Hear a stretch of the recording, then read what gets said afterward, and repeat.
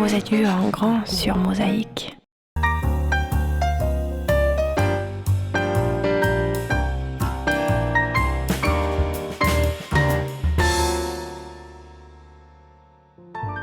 Il se fait appeler Domi Delors. Son vrai nom garde le voile du mystère. Né à Strasbourg en 1953, Domi Delors est dans la droite ligne de Roger Siffert. Touche à tout et curieux de tout, ses centres d'intérêt sont multiples. Musicien, auteur-compositeur, l'âme d'artiste se nourrit de son intérêt pour les dialectes. Intérêt qui n'a cessé de croître lors de ses déambulations musicales avec son orchestre. Pendant près de 20 ans, il sillonne l'Alsace, la Moselle et le Bade-Wurtemberg. Passionné de lettres et d'histoire, locale en particulier, il écrit et dessine pour le magazine Tonique et collabore aux éditions du Badsberg, à la fois en tant qu'auteur et attaché de développement. Il est l'auteur d'un calendrier humoristique en dialecte. VVL est le premier livre d'une série mi-texte, mi-BD, où l'humour et l'autodérision sont les ingrédients essentiels. Sérieux s'abstenir. Pourtant, Domi ne s'enferme pas dans un genre. Le fan d'Astérix et Disnogood réalise un spectacle sur la vie de Jésus présenté dans les églises et les temples intitulé « Vraiment, cet homme-là ». Si tout mon livre est un attentat, comme le disait l'écrivain Marcel Jouandeau, alors celui-ci en est un dans le sens où les mots jetés se fichent bien des convenances. Un livre sous forme de BD où Storchi, la cigogne, et Hutz, le cochon, se donnent la réplique. Une anthologie d'expressions alsaciennes plutôt fleuries, dont le seul but est de faire travailler les zygomatiques. Domi Delors, bonjour. Je vous reçois donc aujourd'hui entre les lignes. Bonjour à tous. Donc vous êtes l'auteur de ce livre BD qui s'appelle Verrekt vom Lachen. Verrekt vom Lachen, tout à fait. Le co-auteur, puisque j'ai travaillé avec 2 graphistes. Voilà. Et que c'est un réel travail d'équipe. Il n'y a pas de nom de l'équipe, mais les graphistes sont Pascal Affemayer, qu'on appelle Affi, et Claude Bruder, qu'on appelle Claude. Avec Claude. Je vais dire non. Alors, d'où est venue cette idée de faire ce livre BD ? Alors, en fait, on s'est décidé à faire le livre parce qu'on se sentait un petit peu bridé au niveau du calendrier en dialecte que nous avions déjà lancé depuis 2 ans et dans lequel nous rassemblons en fait des noms d'oiseaux en dialecte avec les traductions en français à côté pour remplacer les noms des saints du calendrier grégorien, tout simplement. Et il se trouve que sur le calendrier, eh bien, c'est une toute petite ligne, donc on n'a pas de place pour du texte, on a très peu de place pour les dessins. Donc on s'est dit, si on veut faire vivre Storchi et Hutz, eh bien, il faut absolument se consacrer des pages entières. Et donc voilà, on s'est décidé pour ce livre. Et si vous voulez aussi faire vivre le dialecte, il faut aussi employer des mots, tirés de l'argot d'Internet, par exemple, puisque le propre d'une langue vivante, c'est qu'elle évolue. Est-ce que c'était le but ? VVL, Verrekt vom Lachen, oui, comme en fait, LOL. on est parti de LOL et de MDR, mais c'est vrai qu'on est... l'endroit où j'habite, par exemple, on parle beaucoup le dialecte. Et je ne comprends pas pourquoi, en Alsace ou même en Moselle, on serait obligé de dire MDR, alors qu'en fait, on peut dire VVL. MDR, c'est mort de rire, VVL, c'est Verrekt vom Lachen. Donc, voilà. Alors, si on a VVL chez nous, écrivons VVL dans nos SMS, par exemple. Ce sera très bien. Alors justement, le propre d'une langue vivante, est-ce que l'alsacien est considéré comme une langue vivante ? Mais bien entendu. Alors on a essayé de la tuer, et vivant ce qui évolue, déjà. Oui, et ce qui est parlé. Et ce qui est parlé, bien sûr. Alors non seulement l'alsacien est parlé, bon, de moins en moins dans les grandes villes, mais par contre dans les villages, ça se maintient très bien. Et par contre, il y a un renouveau considérable au niveau du théâtre. Le théâtre en dialecte, voilà, c'est quelque chose qui est en plein essor. Il y a des petites troupes de jeunes qui sont en train de se monter. La musique en dialecte a toujours eu sa place et elle en a de plus en plus. Et il n'y a pas que du Schnettolles Verlachen. Hein. Il y a des choses extrêmement poétiques en dialecte et c'est magnifique. C'est une belle langue. C'est la langue de nos ancêtres. Alors, mais est-ce qu'elle est vivante parce qu'elle n'évolue pas finalement. L'alsacien, c'est pas une langue qui évolue. Ce sont toujours les mêmes termes qui sont utilisés. Sauf vous, maintenant que vous employez VVL. Mais VVL, en fait, c'est un acronyme de Verreckt vom Lora, hein, c'est pareil, quand on dit MDR, on dit mort de rire, mais dans le langage actuel, il faut rétrécir, il faut réduire, il faut gagner du temps. Donc, voilà, on met les initiales, ok, alors on met les initiales. Il y en a alsacien aussi. Alors, le francique, comme l'alsacien, est considéré, écoutez bien, par l'UNESCO comme une langue en danger. Alors, c'est-à-dire qu'elle tend au statut de langue morte. Alors, 50% des langues sont en danger de disparition selon l'UNESCO et elle considère que les langues appartiennent au patrimoine culturel immatériel de l'humanité. Alors, les langues qui disparaissent contiennent des phénomènes, dit-on, linguistiques rares. Il y en a au niveau de l'alsacien ? Des phénomènes linguistiques rares. Oui. Dans la mesure où c'est un dialecte qui est quand même qui fait partie de ce qui s'est construit autour de l'actuel allemand. Donc ce sont des racines germaniques. Alors il y a des spécificités, mais des choses rares, non, je ne vois pas trop. Ce qui est spécifique, par contre, c'est le fait que d'un village à l'autre, il y ait des choses qui soient dites de façon différente ou prononcées de façon différente. Alors je ne parle même pas de la différence entre le Bas-Rhin et le Haut-Rhin et la Moselle avec le Platte. Voilà, les différences se situent à ce niveau-là. Est-ce qu'il y a une différence entre dialecte patois ? Non, pour moi, c'est la même chose. On parle pas tellement de patois chez vous ? Si, Si tu parles le patois, oui. Parce que le patois serait un dialecte dégradé, pauvre, plutôt pauvre ? Ah, si, pour moi, c'est exactement pareil. Et quant à dire pauvre, on le fait évoluer. Oui. Alors, vous dites que ça risque d'être une langue morte. Moi, c'est pas moi qui le dis, hein, c'est vraiment c'est l'UNESCO. Hein. Mais à très longue échéance, probablement, puisqu'on est en train de se faire angliciser de partout. Donc, mais par contre, il faudra un bon bout de temps, je pense, pour que déjà le français devienne une langue morte. On en est très loin, surtout qu'elle évolue beaucoup. Et l'alsacien, c'est quelque chose qui reste dans les traditions. Il y a eu des essais de tous les côtés, autant sous domination allemande, on obligeait nos aïeux à parler l'allemand, autant les Français ont essayé de nous franciser. Moi, quand j'étais petit, vous avez peut-être vécu la même chose. Il était interdit de parler le dialecte, le patois, comme vous voulez, dans les cours de récré, et encore moins en classe. Donc, mais les choses évoluent, donc c'est pas près de mourir. Les amours d'une cigogne et d'un cochon, Storchi et Hutzi. C'est un cadeau qu'on a envie de faire à quelqu'un qui ne s'y connaît pas, qui ne connaît rien à l'alsacien ni au lorrain. Un exercice de style qui bouscule les codes linguistiques et turlupine les méninges non avisés. Un voyage initiatique dans les contrées alsaciennes, un parler barbare, paillard, coloré, imagé, avec de nombreuses métaphores. Écoutez. Les noms d'oiseaux en dialecte, s'ils sont très colorés, peuvent aussi être très nettement des marques d'affection. Alors, il vaut mieux prendre tout au 2e degré au moins. Pour te guider dans les méandres des sous-entendus, nos 2 mascottes sont de véritables emblèmes régionaux. La cigogne Storchi et Hutz le cochon. Leur caractère trempé, si proche de la réalité alsacienne, t'invite à partager d'excellents moments de fou rire entre amis. Et si par les temps qui courent, le moral est primordial, avoue qu'il est plus sympathique d'entendre dire « Alles im Butter und Fes im Käse » tout dans le beurre et les pieds dans le fromage, que la tête au soleil et les pieds dans la semoule. Alors laisse-toi pénétrer. Je termine ma phrase, ok ? Par l'ambiance de ce sympathique ouvrage et bon moment à toi. Un lachtere vélo mit Rekumichal. Marre-toi un vélo avec une sonnette en caoutchouc. BVL. Alors donc l'alsacien est un parler riche en métaphores, hein, mais la traduction littérale mot pour mot, comme vous le faites dans votre livre BD, est-ce que ça ne prête pas à la confusion ? Parce que finalement, quelqu'un de non initié n'y comprend rien. C'est un petit peu ce qui fait le sel de la chose aussi.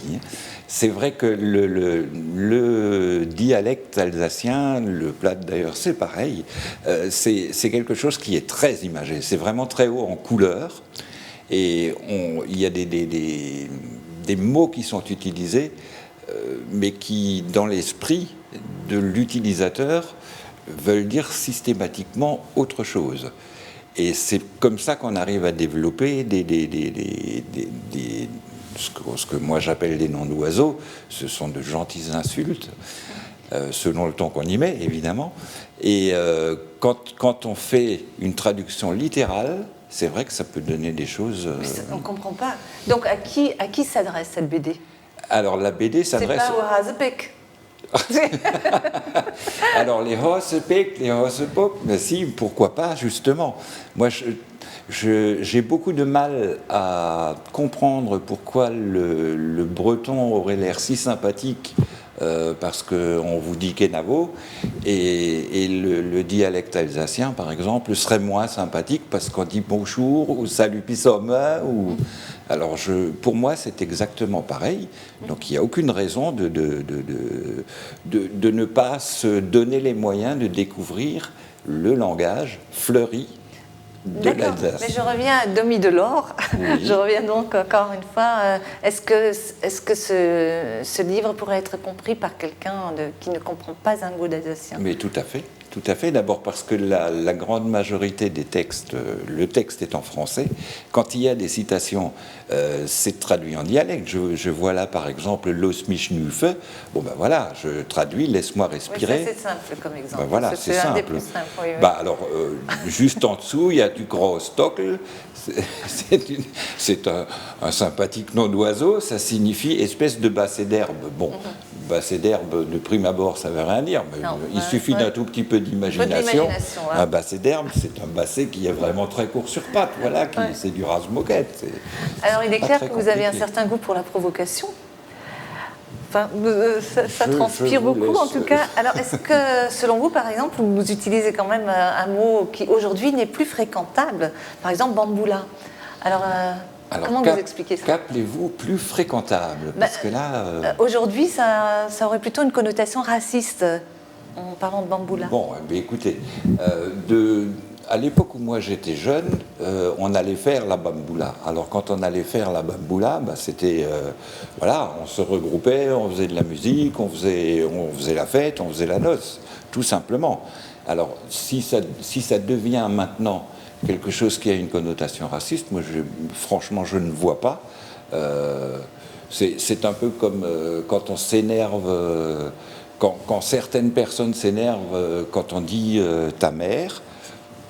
C'est un exemple. Bon, ta mère, c'est ma maman. Bon, ok, c'est ta maman. Je ne vois pas. Est-ce qu'on peut rire de tout, selon vous? Alors, rire de tout. Ça dépend de la façon dont c'est fait. Premièrement, et d'autre part, de tout, je ne suis pas certain. Je pense qu'il y a des limites au niveau des croyances à respecter et une limite au niveau du respect de la décence vis-à-vis de la personne qu'on a en face de soi. Mais en dehors de ça, non seulement on peut, mais il me paraît important, voire indispensable, de rire, de prendre les choses plutôt par le bon côté. Moi, j'ai toujours eu un esprit très positif. Alors, plutôt que de me lamenter sur mon sort, voilà, je vais prendre ça à la rigolade, bien sympathiquement. Tout à l'heure, vous parliez du breton qui serait une langue plutôt sympathique, alors que l'alsacien moins. Or, est-ce que vous pensez que la langue est le reflet, par exemple, d'une culture? Est-ce que l'alsacien est le reflet de la culture alsacienne? Parce qu'il est vrai que c'est très imagé, c'est drôle quand même, malgré que vous disiez que ce n'est pas forcément sympathique. Mais est-ce que vous pensez que c'est le reflet d'une culture, une langue? Mais oui, absolument en fait, parce que dans le dialecte, dans la langue alsacienne, moi j'appelle ça une langue, c'est pas un dialecte puisque je le parle, beaucoup de gens le parlent. Dans le dialecte, on retrouve l'esprit même de l'Alsace. Et quand je dis l'Alsace, c'est au sens large, donc pas seulement l'Alsace, je parle de la Moselle également. On a un état d'esprit très spécifique qui est marqué par la capacité d'autodérision qu'on a. Et par Et ça, c'est typiquement alsacien? Je ne sais pas si c'est typiquement alsacien, mais en tout cas, chez nous, moi je le sens très prononcé. Je suis moi-même comme ça, et tous les gens que je connais ont en fait ce sens de l'autodérision, comme le sens d'aller chatouiller le voisin Alors que ce soit le voisin de village, le voisin de département, il suffit d'entendre un Haut-Rhinois et un Bas-Rhinois s'invectiver, un Mosellan et un Bas-Rhinois s'invectiver. Ça fait partie de la culture, ça. Alors dans l'Est, chacun son journal, tout le monde ne parle pas tout à fait le même dialecte. Écoutez. Comme tu peux le constater, amis lecteurs, en Alsace-Moselle, on a la chance inouïe, mais vraiment inouïe, de pouvoir disposer de 3 quotidiens pour nous informer de façon objective. WWF, Rekfomlor. Mais comme le dit la légende, on se comprend. Enfin, on essaye quand on se parle, parce qu'entre les différents accents locaux, en faisant répéter plusieurs fois, on arrive à se faire une idée. Dans le fond, ce ne sont que quelques voyelles qui changent la prononciation. Pas si grave. Mais non, je ne parle pas du fond du bassin de plongeon de la piscine de Schiltigheim, du Hohenklauwikermeekréan. Une chose est sûre, chez nous, les castors n'ont pas la queue plate. Tout simplement parce que ce ne sont pas les canards qui leur taillent les pipes. Autocensure rejetée par tous les auteurs. Alors voilà, l'alsacien et le francique, c'est des langues germaniques et pourtant ils ont des origines quand même différentes puisque ce n'est pas les mêmes peuples qui ont envahi l'Alsace ou la Lorraine. Donc il y a quand même quelques différences. Bien sûr, il y a quelques différences, mais il y a eu de tels mouvements. D'ailleurs, il y a un petit résumé en début, un résumé vraiment succinct en début, mais il y a eu tellement de courants. Et ça s'est mélangé, ce qui fait qu'il y a des endroits tout près des Vosges où on parle encore un dialecte qui ressemble plus au plate, alors que au sud du Haut-Rhin, il y a des expressions qui sont communes à la région de Wissembourg, c'est-à-dire tout à fait au nord. Oui. Donc, il y a eu des interconnexions à ce niveau-là. Et je veux dire, le courant, en règle générale, reste quand même le même et, en tout cas, est très compréhensible. Moi qui ai beaucoup bourlingué en Alsace et en Moselle, de par mes activités de musicien de l'époque, dire que tout le monde se comprend, c'est pas évident, mais quand on fait de l'effort et que la personne qui est en face de vous parle un petit peu lentement, on comprend très bien. Maintenant, évidemment, quand on sort du Sundgau et que le lendemain on se retrouve à Weißbourg, c'est un petit peu différent. Donc on se réadapte, mais très vite, et on se comprend. Alors on va parler un petit peu de la conception de ce livre, de la trame du livre. Alors il est décliné en plusieurs chapitres, avec des acronymes. Alors je ne voudrais pas citer le plus osé, DSK. Ah, c'est du Sexkugloff, mais voilà. Oui, ce ne sont que des acronymes. Hein. Alors finalement, ça parle beaucoup de la vie quotidienne, alors CDD. Général, tout le monde sait ce que c'est un CDD. Eh bien, pour nous, c'est des couples dans divers états. Alors, comment ça vous est venu, ça, cette idée d'acronyme, de décliner dans la mesure où le livre, au départ, part, le principe part de l'acronyme MDR. VVL, pour mort de rire. Donc on s'est dit, pourquoi ne pas essayer de regrouper les choses dont on a envie de parler sous forme d'acronymes. Mais on s'est un tout petit peu creusé, mais c'est facile. Les MST, tout le monde sait que ce sont les métiers sans tabou. Voilà. C'était une évidence. Mais oui, bien sûr. Alors évidemment, et tout ça, c'est Storchi et Hutz qui se donnent la réplique, 2 personnages typiquement alsaciens. Sauf que Hutz, il est végétarien, il a quand même... Ah oui, mais ça fait partie des curiosités des personnages. Après tout, ils se permettent de dire un certain nombre de choses. Ils ont également leur caractère et ils ont leur spécificité. Alors Storchi, par exemple, c'est une superbe, sympathique cigogne, mais qui se prend la crise de plein fouet et qui ne peut plus se contenter de livrer des bébés. Donc voilà, elle livre également des flams, des pizzas, etc. Et Hutz, c'est normal pour un cochon d'être végétarien et de tenir une épicerie fine. Voilà, vous tout à fait. Alors vous qui défendez vaillamment le dialecte alsacien, la langue alsacienne, ô combien. Alors qu'est-ce que vous pensez du référendum qu'il y a eu en Alsace récemment ? Vous me parlez du référendum, de la façon dont ça a été présenté ou du résultat ? Du résultat. Alors, Est-ce que ça vous surprend ou... le résultat ne me surprend pas du tout. Votre position, étiez-vous... Si vous me permettez, je la garderai. D'accord. Mais Je vous permets. il y a de toute façon deux choses. La première, c'est que c'est vrai qu'on aurait intérêt à avoir le sens des économies. Donc ça peut peut-être orienter mon choix. D'un autre côté, s'il y avait eu une volonté réelle que les choses avancent et que les choses bougent, parce que quelle que soit la réponse, on aura toujours les mêmes personnages qui seront en train de mener la barque. Donc pour l'essentiel, le résultat ne change rien, si ce n'est au niveau des cordons de la bourse, et je ne suis pas certain que la bourse eût été plus serrée si le résultat avait été différent. Mais est-ce que l'indépendance alsacienne, ça reste encore dans les mémoires? C'est encore quelque chose qui est encore fort? Vous me chatouillez. Non, mais vous me chatouillez sur un terrain un petit peu précis. Quand on est un auteur régional, j'imagine quand même qu'on défend sa langue, on défend sa région. Alors, je veux savoir jusqu'où vous allez la défendre. Mais écoutez, je défends ma langue jusqu'au moment où on arrivera à le parler sans qu'on nous mette un interdit quelconque et sans que quiconque essaye de le tuer.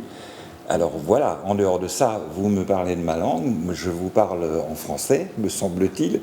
Je parle l'alsacien parce que c'est mes racines, donc j'ai le droit de parler l'alsacien. Si vous voulez, je peux vous parler en russe, en latin, il n'y a aucun souci là-dessus. Maintenant, l'indépendance, ok.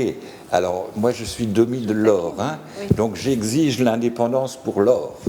Et puis mes voisins de Drulingen vont exiger l'indépendance pour Drulingen. Mais où on va ? Il faut rester sérieux. Alors, vous êtes un auteur régional. Alors, qu'est-ce que ça implique pour vous d'être un auteur régional et quelles sont les difficultés que vous pouvez rencontrer en tant qu'auteur ? En tant qu'auteur, honnêtement, aucune difficulté, si ce n'est que je ne rêve pas de gagner des mille et des cents de par mes écrits. La difficulté, en fait, de tout ce qui touche au dialecte, c'est ça. Vous disiez vous-même que comment vous avez dit, les Hossepok, je ne me serais jamais permis de dire ça d'eux, mais bon, si vous me le prêtez, alors je vais l'utiliser. J'ai du mal à comprendre pourquoi les Hossepok ne s'intéressent pas à ça. Mais c'est une constatation. Donc même quand le livre est écrit pratiquement en français, avec des citations en dialecte, il est vrai que les Français sont réticents quand il s'agit de parler de l'Alsace, surtout qu'il nous arrive d'être situés outre-Rhin. Bon, je ne fais aucune allusion, bien entendu. Donc voilà. Vous êtes aussi impliqué dans les éditions du Basberg, vous parliez de difficultés aussi tout à l'heure. Mais les difficultés, ce sont déjà les difficultés de tous les petits éditeurs. On connaît tous le principe de la mondialisation. Il y a la nationalisation, et ça se fait de plus en plus. Pas de nationalisation au sens où on l'entend, mais dans le sens où on centralise tout sur Paris, une espèce de petit esprit jacobin fort sympathique, ce qui fait que tous les petits éditeurs, quelle que soit la région où ils sont, ont des difficultés à placer leurs livres.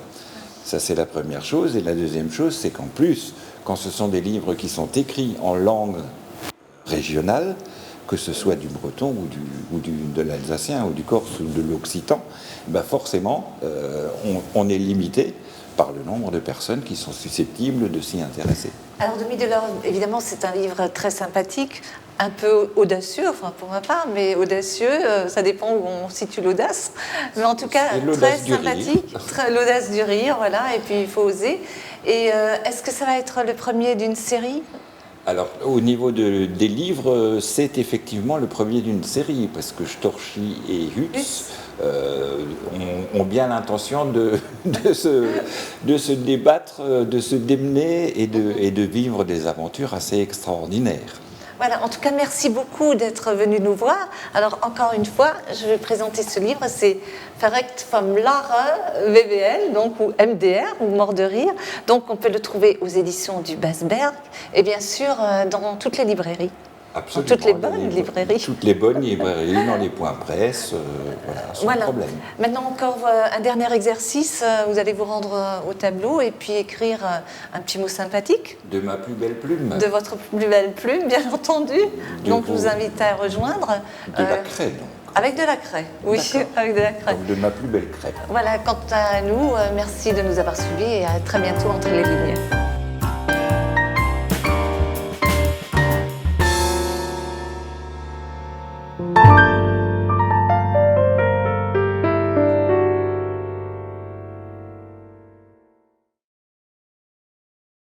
Mosaïque vous remercie de votre fidélité.